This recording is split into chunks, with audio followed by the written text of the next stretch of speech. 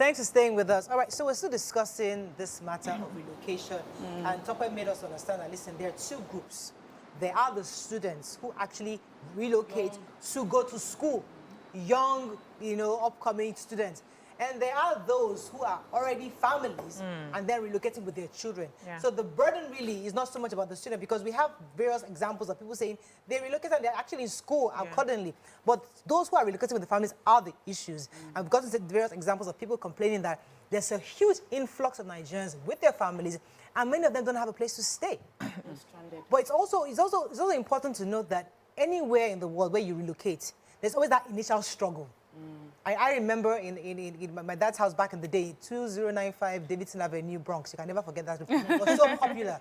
Everybody knew 2095 Davidson Avenue because my dad had a house there, and everybody from Nigeria, once you enter New Year, JFK, just go to Bronx. Bronx's house, Akabasho, their house. They'll settle you. Boys were there. They would just sleep together, lie down on each other. And many guys started from 2095 Davidson Avenue.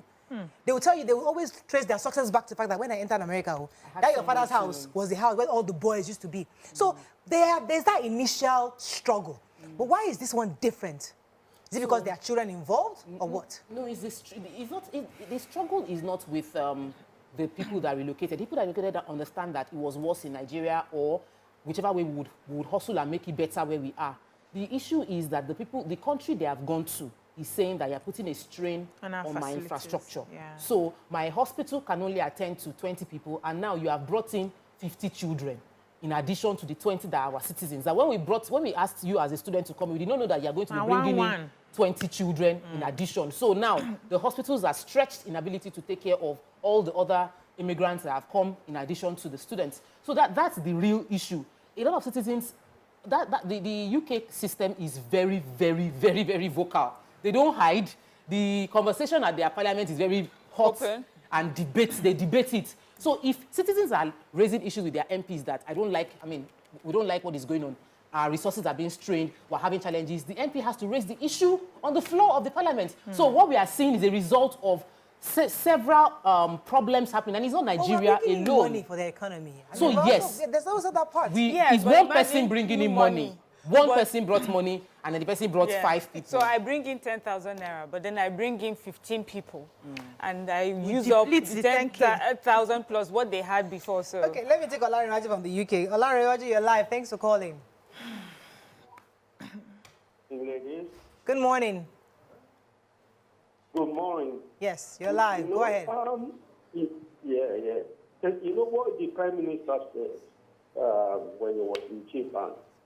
Reality, I won't lie to you, there's a lot of problems in this country.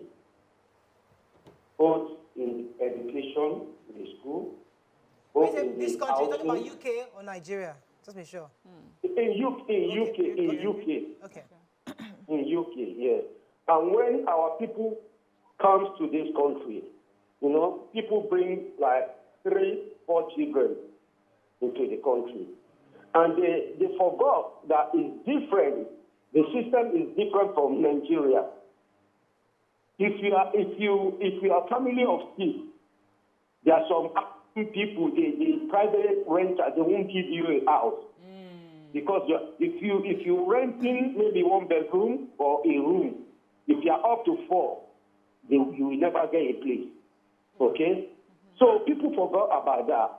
And when they come to the airport, they don't even know where they are going to. Some of them haven't even booked accommodation. Because I work in the airport, I see a lot of people, trouble. And I'll be telling them, you know what, who do this thing for you? Who did it for you? And they will say, okay, he's coming to come and pick them up in the airport. But nobody comes to pick them up. They are stranded. Wow. Some of them will be at the airport for the, second day before they ever get where they are going to. Wow. What I'm saying now is that what Nigeria should do with British about the visa fees, let them talk, let them discuss together about the visa that, okay, if you refuse to give them the visa from Nigeria, you refund their money. That money should be refunded. Yes. Yeah, that makes sense. Okay? We know the money they are charging from here as well. If we want to come to Nigeria, if I want to get a visa to come to Nigeria, A visiting visa is about 400, 500 pounds to get Nigerian visa.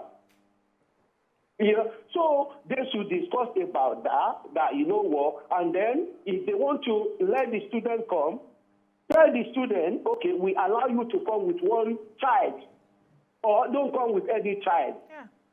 After you come, you study, let them know from the beginning, not that, oh, bring everybody. And when they come, then there will be a trouble. I think that will be the solution. Thank you so much, Mr. Laranja. I know there was a lady, I think was talking about saying that somebody that does the onboarding, I think, in the UK. Sometimes many people need to start engaging small groups of people that, okay, we're about to come with our family. Is there any way you can help us with accommodation? Because it's quite disheartening. But let's go back to the original conversation of this issue.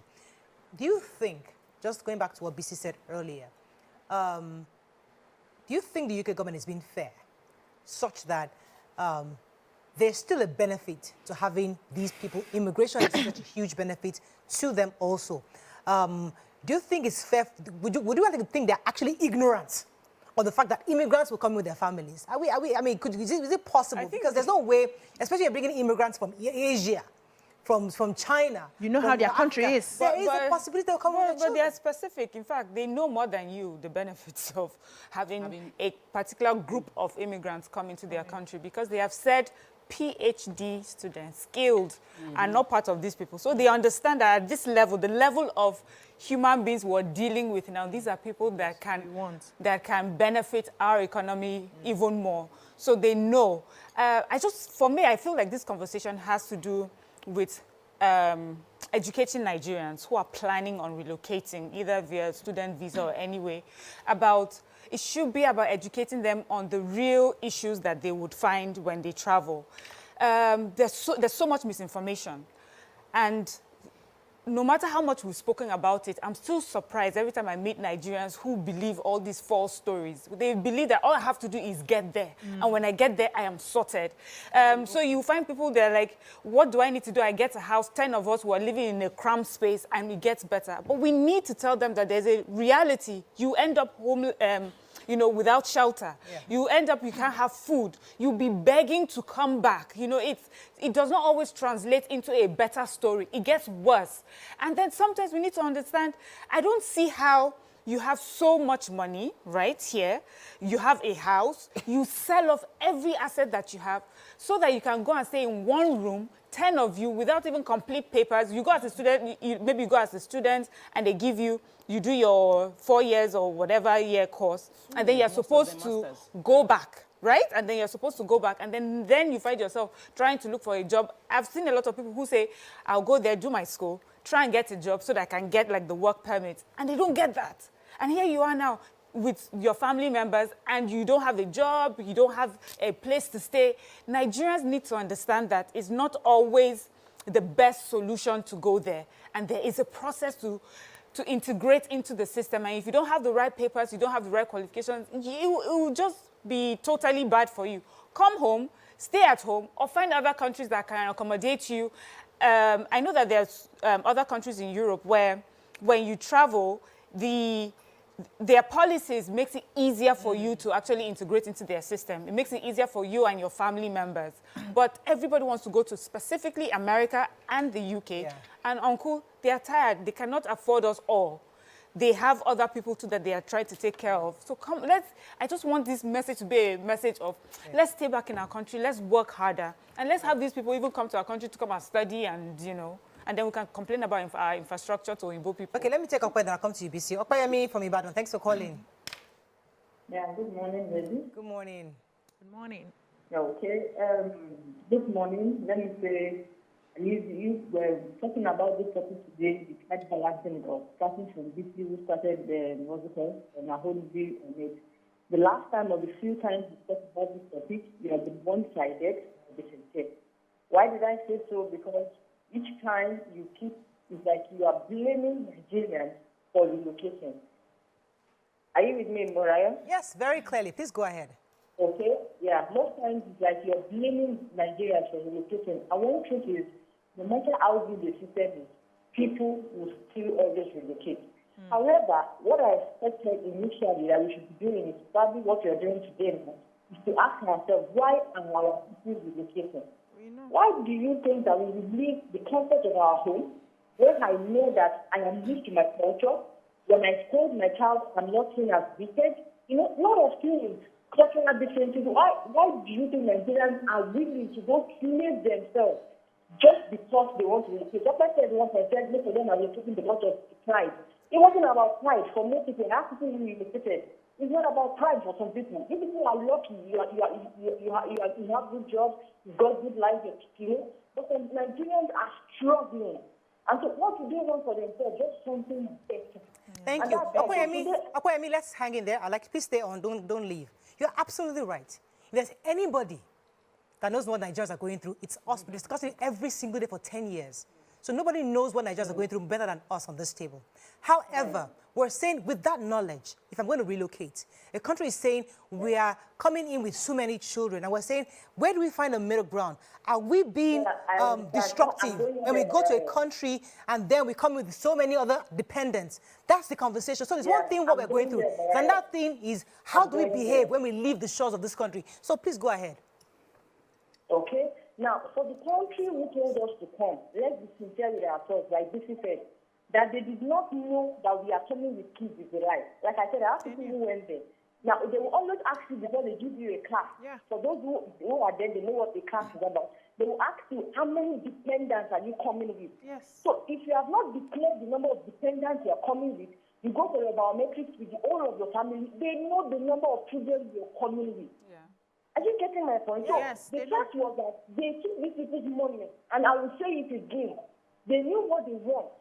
They are taking it, they have had enough, and so they now feel the best. So my own point now is, please, let's tell our government, because all the time that these things have been happening, our government has kept quiet. As a matter of fact, what some of them will say, oh, after all, you people want us to reduce the number. Now we have helped you to reduce the number. But see, the point is, what is our government doing? How can you ensure that our people don't run the way we did and go to a strange land to become law? Thank you very much, okay. Absolutely. So immigration, even if you live in a country that you are comfortable with, you can choose to immigrate to any other country. Yeah, of course. Yes. So regardless of how bad or how good your country is, it's a choice. However, Akoyemi is right. There are reasons. We all, and I said we all know that. But there's a critical issue of, even though I'm coming in, the country opened their doors. The country is saying, I am thinking of putting a restriction because the numbers that are coming in are probably much more than I projected. So maybe they assume that, okay, maybe 1 or 2 would come in. But many people are coming with 3, 4 children. Imagine me and my husband and my 4 children begin to relocate right now. That's a lot of people. That's a lot of people in the economy. Mariah, you know